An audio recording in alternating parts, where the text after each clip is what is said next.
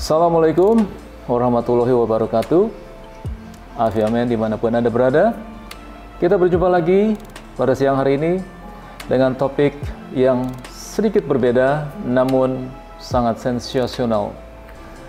Saat ini kita akan membicarakan mengenai lahirnya Indonesia, di mana kita bisa mempunyai sebuah airline namun diawali oleh yang namanya RI 001 berupa pesawat Dakota. Namun pesawat Dakota yang saya miliki ini bukan Dakota asli RI 001, namun sebuah Dakota milik Merpati di zaman dahulu. Dan sebelum kita mulai talk show ini, ada baiknya saya sampaikan sebuah pantun. Jangan remehkan uang receh. Dari uang receh kita bisa membeli surat kabar. Berterima kasihlah kepada masyarakat Aceh. Dari merekalah airline di Indonesia berkibar. Kenapa saya bilang masalah Aceh? Karena ini ada kaitannya dengan cerita yang akan kita ungkap mengenai RI 001 Dakota Seulawa. Dan pada kesempatan hari ini saya mendatangkan seorang pakar mengenai dunia penerbangan. Beliau adalah seorang penulis di majalah Angkasa pada saat beberapa tahun yang lalu. Kita perkenalkan siapakah orang itu. Beliau sudah berada di studio mini milik Captain Hanafi. Hahaha. Maklum, studionya masih abal-abal tapi cukup oke lah, sekedar untuk talk show. Oke, kita perkenalkan Saudara Sudiro Sumbodo. Selamat datang Mas Diro, apa kabar? Baik, Cap. Sehat selalu? Oke. Suatu kehormatan untuk datang ke sini, Cap. Sebagai narasumber. Terima kasih juga atas kedatangannya. Jadi lebih baik Mas Diro coba memperkenalkan diri supaya saya nggak salah. Ya. Silakan. Nama saya Sudiro Sumbodo. Saya kontributor majalah Angkasa dan juga sekaligus editor majalah Airliner World Indonesia. Saat ini saya terus menulis di blog saya sendiri, aviahistoria.com, yang khusus untuk isinya sejarah penerbangan Indonesia, baik militer maupun sipil. Oke Mas Diro, terima kasih atas kedatangannya. Saya merasa senang sekali mendapatkan seorang narasumber yang bisa menjelaskan tentang lahirnya Dakota RI 001 Seulawa. Yang saya tahu atau yang saya baca, semuanya saya bisa dapatkan dari majalah Angkasa tentunya. Inilah salah satu majalah Angkasa yang pada saat itu menceritakan tentang lahirnya Dakota RI 001. Inilah salah satu buku pedoman lahirnya Indonesian Airways Dakota RI 001. Ini yang akan kita kupas dan akan kita jelaskan mengenai pesawat Dakota lahirnya Indonesian Airways. Mas Diro, kita akan mengkupas tentang cerita RI 001 Seulawa. Yang saya tahu, RI 001 Seulawa itu dibeli oleh masyarakat Aceh. Kenapa saya tadi sebutkan sebuah pantun, berterima kasihlah kepada masyarakat Aceh. Karena pesawat Seulawa RI 001 itu, pesawat Dakota, dibeli oleh para saudagar masyarakat Aceh seharga atau senilai dari 20 kg emas pada saat itu untuk membeli sebuah pesawat Dakota. Coba tolong ceritakan tentang sejarah tersebut. Oke, terima kasih, Cap. Sebelumnya itu Presiden Soekarno menginginkan sebuah pesawat angkut yang berukuran cukup besar untuk menghubungkan antara Jawa dan Sumatera. Ini juga nanti akan difungsikan pula sebagai pesawat kepresidenan. Itulah kenapa di registrasinya ditulis RI 001 yang menandakan seperti Air Force One seperti di Amerika Serikat ya. Sumbangan dari rakyat Aceh itu sudah dikampanyekan pada awal sekitar bulan November sampai Desember 1948. Tepatnya saya agak lupa kapan pertemuan itu berlangsung antara Presiden Soekarno dan gabungan saudagar Aceh. Sebentar, kenapa kita bisa menyebutkan atau mengundang atau mengeksplor kepada masyarakat Aceh, kenapa tidak kepada masyarakat Indonesia khususnya pada waktu itu?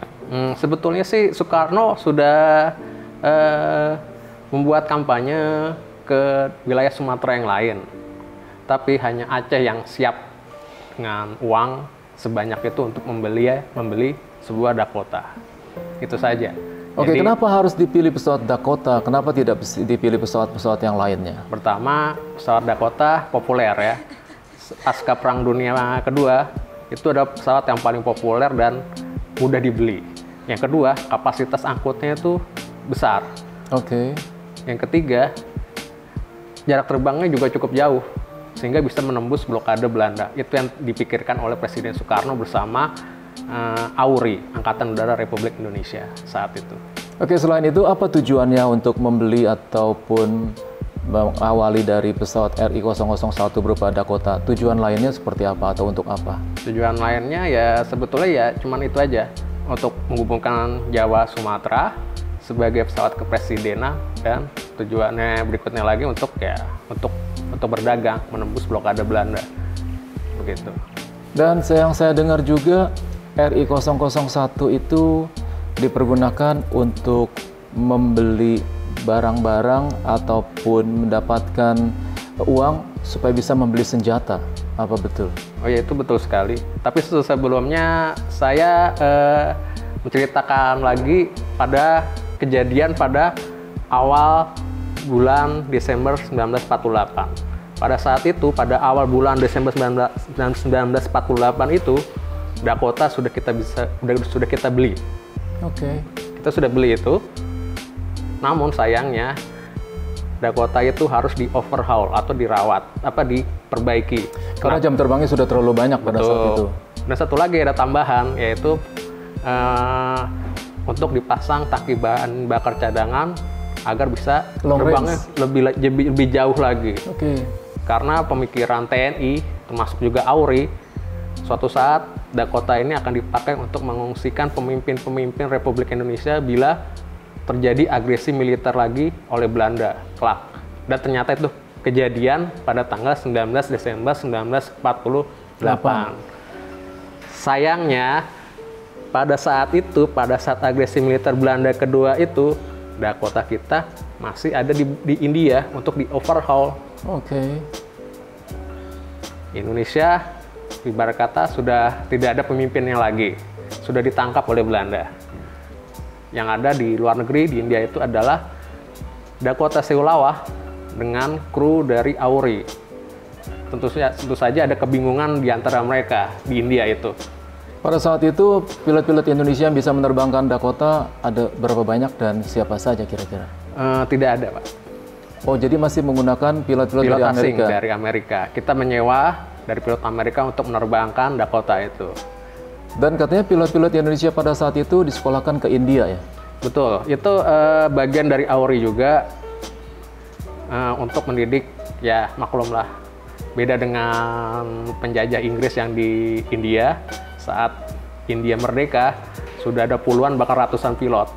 Oke. Sedangkan kita cuma bisa dihitung dengan jari, sedikit sekali pilot kita. Bahkan ya kalau Bapak tahu namanya Adi Sucipto, oke, ya, Yogyakarta, ya, itu juga jadi korban kan, sudah gugur saat ada penembakan tanggal 29 Juli 1947. Jadi pilot kita sebetulnya yang berpengalaman tentunya sudah wafat semua pada saat itu, pada tahun 48 itu.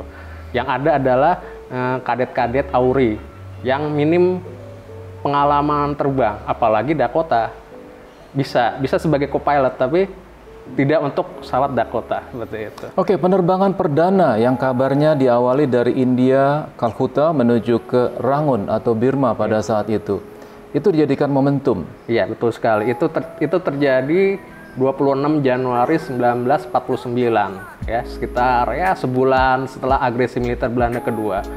Jadi kru Auri dipimpin Bapak Wiweko Supono yang berikutnya nanti jadi Direktur Utama Garuda Indonesian Airways, itu memutuskan kita harus lanjut perjuangan melawan Belanda ini. Bagaimana caranya? Dengan membentuk airlines. Jadilah kita ke Burma untuk menyewakan Dakota kita itu dengan nama Indonesian Airways. Uang dari hasil pengoperasian charter dari pemerintah Burma itu uangnya dipakai untuk membeli senjata. Dari senjatanya itu kita selundupkan juga dengan Dakota yang sama ke Aceh. Jadi kita tetap melanjutkan perjuangan Indonesia lewat PDRI yang Bapak mungkin masih ingat, PDRI Pemerintahan Darurat Republik Indonesia yang ada di Bukit Tinggi. Kita masih tetap terus berjuang dengan cara ya salah satunya ini, Auri punya alat perjuangan namanya yaitu Dakota Sulawah RI 001 yang berarti gunung emas. Gunung emas yang dipakai untuk membeli senjata untuk kembali terus melawan Belanda. Itulah bentuk nasionalisme dan patriotisme. Berarti perjuangan masyarakat Aceh itu sangat mempunyai pegang peranan penting di dalam kemerdekaan Indonesia tentunya. Iya. Dengan keunikannya sendiri ya. Maksudnya ini belum kalau misalnya kita perjuangan selalu menganggapnya kita bertempur melawan Belanda dalam pertempuran. Tapi ini unik. Indonesian Airways ini ada bentuk perjuangan yang unik. Kenapa? Karena bentuknya sebuah perusahaan penerbangan. Uangnya dipakai untuk membeli senjata. Ya. Belum lagi dengan adanya Dakota ini, kita mempunyai sekutu, yaitu di Burma. Kita sudah ibarat kata inilah diplomat kita di Burma gitu, secara tidak langsung untuk mendukung kemerdekaan Indonesia. Dari uang yang ada, uang yang dihasilkan dari Dakota itu, kita bisa tidak hanya untuk membeli senjata, tapi juga untuk membiayai perjuangan secara diplomatik, termasuk juga untuk pendidikan pilot-pilot kita di India, dan termasuk juga ada satu orang namanya Nurtanio, itu ditugaskan untuk belajar kuliah penerbangan, aeronautika, teknik penerbangan di Filipina. Jadi sangat berjasa besar Dakota ini. Lalu ada cerita lagi mengenai lahirnya ulang tahun Garuda yang dihubung-hubungkan dengan penerbangan perdana dari India menuju ke Rangun tanggal 26 Januari 49. Apakah itu dikait-kaitkan ke hari ulang tahun Garuda? Kita akan menelisik dulu ya sebetulnya sejarah seluruh setelah kita KMB, Konferensi Meja Bundar 1949. Itu terjadi akhir Desember 1949. Pada saat itu, ibarat kata kita sudah mendapat pengakuan kedaulatan dari Belanda, betul ya? Nah, kita masih punya nih Indonesia Airways di Burma. Tentu saja dengan adanya KMB, kita sudah tidak berperang lagi dengan Belanda, betul ya Pak? Oke. Nah, makanya itulah Auri sebagai instansi yang bertanggung jawab terhadap Sulawah ini memerintahkan kru termasuk juga Dakotanya ini untuk kembali ke Indonesia. Sulawah kembali ke Indonesia. Tapi ingat, Indonesian Airways dibekukan sebetulnya. Oh, kenapa itu? Karena, nah ini lagi, karena kita sudah punya maskapai yang bernama Garuda Indonesian Airways yang secara de facto, artinya de facto itu adalah kenyataannya bahwa kita sudah mengantar Presiden Soekarno dari Yogyakarta ke Jakarta itu tanggal 28 Desember 1949 dengan pesawat Dakota, tapi bukan Sulawah. Itu pesawat Dakota milik KLM IB. Maksudnya adalah itu perusahaan Belanda, tapi yang diserahkan ke Indonesia sebagai bagian dari perjanjian KMB 1949. Dari sanalah Presiden Soekarno terbang dari ibu kota perjuangan Yogyakarta ke Jakarta, ke ibu kota negara. Dan Garuda Indonesian Airways disahkan lagi secara legal, secara de jure atau secara hukum berdasarkan akte notaris. Itu tertanda tanggal 31 Maret 1950. Ya.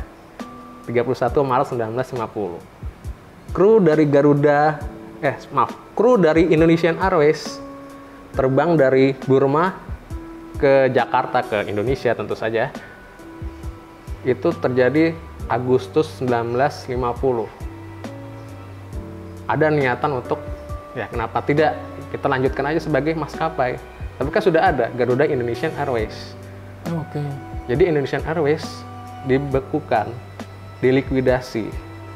Bukannya tidak menghargai perjuangan mereka ya, tapi emang kenyataannya seperti itu. Karena emang kita belum sanggup untuk mengelola dua maskapai secara bersama-sama waktu itu ya. Jadi pengertiannya yang terakhir bahwa Garuda Indonesian Airways bukannya cikal bakal dari Indonesian Airways yang kita ketahui RI 001 itu. Atau sebaliknya Indonesian Airways bukanlah embrio dari Garuda Indonesian Airways. Itu dua sejarah yang berbeda. Baik, sebelumnya untuk khusus yang cerita soal embrio ini kita lanjutkan di episode yang kedua atau episode yang berikutnya. Yang sekarang ini kita sampai sini dulu, kita stop dulu. Untuk lebih jelasnya lagi, kita bisa saksikan video yang berikutnya tentang lahirnya Garuda Indonesian Airways, di mana cikal bakalnya bukan atau embrionya bukan dari Indonesian Airways Dakota Seollawa 001. Namun sebelum saya tutup cerita ini atau talk show ini, seperti biasa saya ada sebuah pantun untuk Anda, yaitu Dakota adalah Indonesian Airways yang pertama. Dakota telah melahirkan pilot-pilot Indonesia ternama. Dahulu kita masih ketergantungan oleh Hindia Belanda, namun sekarang pilot-pilot Indonesia sudah diakui oleh dunia. Baik, Mas Diro, khusus untuk RI 001 mudah-mudahan sudah cukup jelas bagi para pencinta dunia penerbangan, khususnya anak-anak muda, supaya bisa tahu lahirnya RI 001 Seollawa itu seperti apa. Dan Anda bisa saksikan video replika atau duplikat dari RI 001 seperti yang ada di video berikut ini. Saat ini saya berada di Lakespra dan di belakang saya adalah replika dari pesawat Dakota RI 001, yang mana replika seperti ini hanya ada di Lakespra dan juga ada di Taman Mini. Wahai kawan-kawan yang tinggal di ibu kota, sekali waktu singgahlah melihat monumen Dakota. Pesawat ini yang telah berjasa memerdekakan kita. Dahulu hanya mimpi, kini telah menjadi nyata. Bangsa yang besar adalah bangsa yang mau menghargai jasa-jasa pahlawannya. Itulah kalimat yang saya kutip dari mendiang almarhum Insinyur Soekarno. Terima kasih kepada para pejuang, kepada para pahlawan yang telah memerdekakan kita. Jasamu tak pernah sia-sia. Tanpamu kita tak pernah ada. Tanpamu Indonesia tak pernah merdeka. Tanpamu Indonesia tak pernah menjadi sejahtera seperti sekarang ini. Baik, pahlawan kita yang telah gugur, terima kasih atas jasa-jasamu yang tak pernah kami lupakan dari rakyat Indonesia. Sekali lagi, terima kasih semuanya, dan khususnya bagi para aviamen. Sampai jumpa di video yang akan datang. Semoga lebih menarik lagi. Wassalamualaikum warahmatullahi wabarakatuh. Adios, amigo.